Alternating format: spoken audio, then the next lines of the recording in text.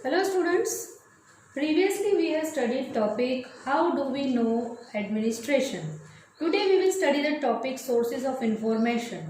Means source क्या है, information के स्रोत क्या हैं, उसके बारे में हम पढ़ेंगे. ठीक है, तो see page number 5. Here page number 5. Previously we have studied how do we know the administration.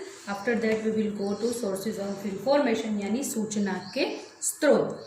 ठीक है, first see British kept the record of everything they did. These records were kept in the rooms called record room. The records were created with the goals to preserve the original order of the records as much as possible and to clarify the administrative history of the record. Each series of the record was assigned a letter from A to Z, and certain series also have descriptive subclasses. मतलब British ने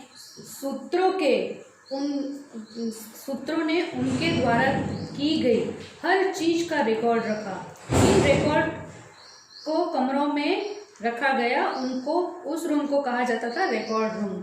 अभिलेखों के मूल्य क्रम का यथासंभव संरक्षित करने और अभिलेखों के प्रशासनिक इतिहास को स्पष्ट करने के लिए रिकॉर्ड की प्रत्येक श्रृंखला को A to Z तक एक पत्र सौंपा गया था और कुछ श्रृंखलाओं में वर्णनात्मक उपसर्ग भी होते थे. नंबर 2 है official record, letter, memos, surveys, newspaper, magazine, autobiographies, reports, experience of travel, novel and poems are the some important sources of information of the British rule and atrocities. The British built specialized institutions like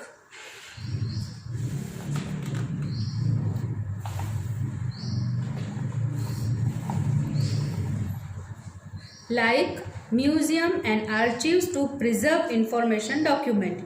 Historians gather important information about the provisional administrative system from the reports, memos, noting and letters preserved in the 19th century in the archives and the records rooms across India.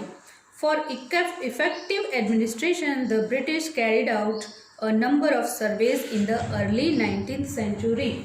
मतलब कि आधिकारिक record, पत्रों, memo, सर्वेक्षणों, समाचार पत्र, पत्रिकाएं, आत्मकथाएं, report, यात्रियों के अनुभव, उपन्यास और कविता ब्रिटिश शासन और अत्याचार की जानकारी के कुछ महत्वपूर्ण स्रोत हैं.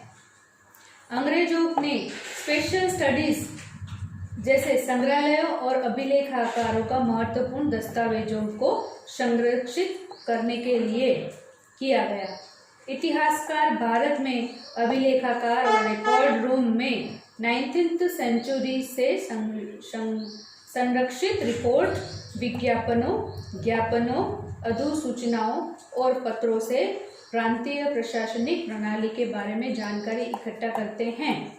प्रभावी प्रशासन के लिए अंग्रेजों ने 19th सेंचुरी में शुरुआत की. समझ में आया आपको? नेक्स्ट है, by the end of the 19th century censuses of all the Indian provinces were being carried out every 10 years. This helped to collect information on the religions, caste and occupation of the people.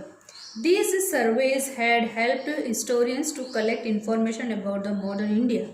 The practice of surveying became common under colonial administration India. Administration. Survey like botanical, zoological, archaeological and anthropological and forest surveys were in the list of British administration. Sources kept and written on the both Indians and British studies together represents several aspects of the British rules and their efforts of the modernize और subjugate Indian population. मतलब 19th century के अंत तक सभी भारतीय प्रांतों के sensor हर 10 साल में किए जा रहे थे. इससे लोगों के धर्म, जाति और व्यवसाय पर जानकारी एकत्रित करने में मदद मिलती थी। इन सर्वेक्षणों के इतिहासकारों को आधुनिक जानकारी एकत्रित करने में मदद करती थी। भारत उपनिवेशक प्रशासन के तहत सर्वेक्षण करने की प्रथा आम हो गई। सर्वेक्षण में वनस्पति, प्राणी विज्ञान, पुरातात्विक और मानव शास्त्रीय और वन सर्वेक्षण ब्रिटिश प्रशासन की सूची में थे।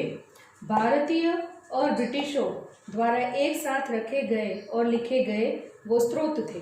ब्रिटिश शासन के कई पहलुओं का प्रतिनिधि करते थे और भारतीय आबादी को आधुनिकीकरण या अधीन करने में उनका प्रयास रहता था। मीन्स आप समझ गए होंगे इसके बारे में, इस पैराग्राफ में क्या कहना चाह रहे हैं।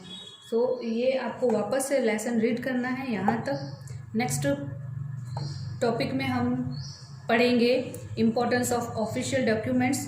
ये शायद आपका लास्ट टॉपिक है, उसके बाद में आपकी एक्सरसाइज आएगी। So you have to read all the lesson till here. We will meet you in the next video. Till then, bye bye. See you soon.